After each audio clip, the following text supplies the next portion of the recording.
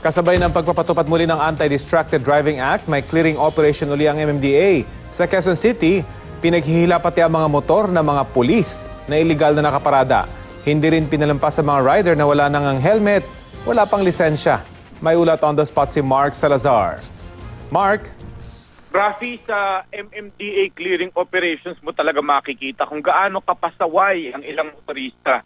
At notice, isang barangay pa lang ito sa Quezon City at 3 kalsada nga lang in fact ng barangay San Roque ang inoperate kanina. Pero napakadaming violations. Sa 16th Street, San Roque, Quezon City, hindi yata uso ang helmet. May mga hindi naka-helmet, may angkas pang TV sa gitna. Meron namang paso ang lisensya. Meron namang rider ng motorsiklo na wala nang ang helmet, wala pang lisensya, wala pang rehistro. Hila lahat ng kanilang mga motor. Nag-away pa ang barangay at truck driver dahil nung mahuli ang illegally parked truck, itinuro yung barangay na inaabutan daw nila ng 250 pesos para makapark. Itinanggi ito ng mga taga-barangay at sinisiraan daw lang sila. Galit na galit dun sa truck driver.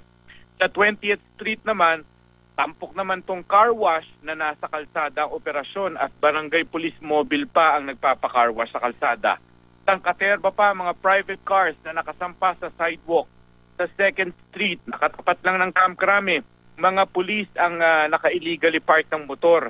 May rider pang nagna-name drop ng isang Sir Corpus daw na chairman daw ng MMDA na pumapayag na mag-park sila doon. Itong mga motor na ito pumuno ng 3 truck ng MMDA para mahila. Sinasabi ng MMDA, lagi nilang pakiusap na ang susi talaga ng maayos sa kalsada sa Metro Manila ay yung pagpapatupad mismo ng mga barangay. Kaya nakikiusap sila na barangay mismo magbantay ng kanilang nasasakupan para hindi pa ulit-ulit na paikot sila ng paikot ng operasyon ay ganun din ang problema. Rafi? Maraming salamat, Mark Salazar.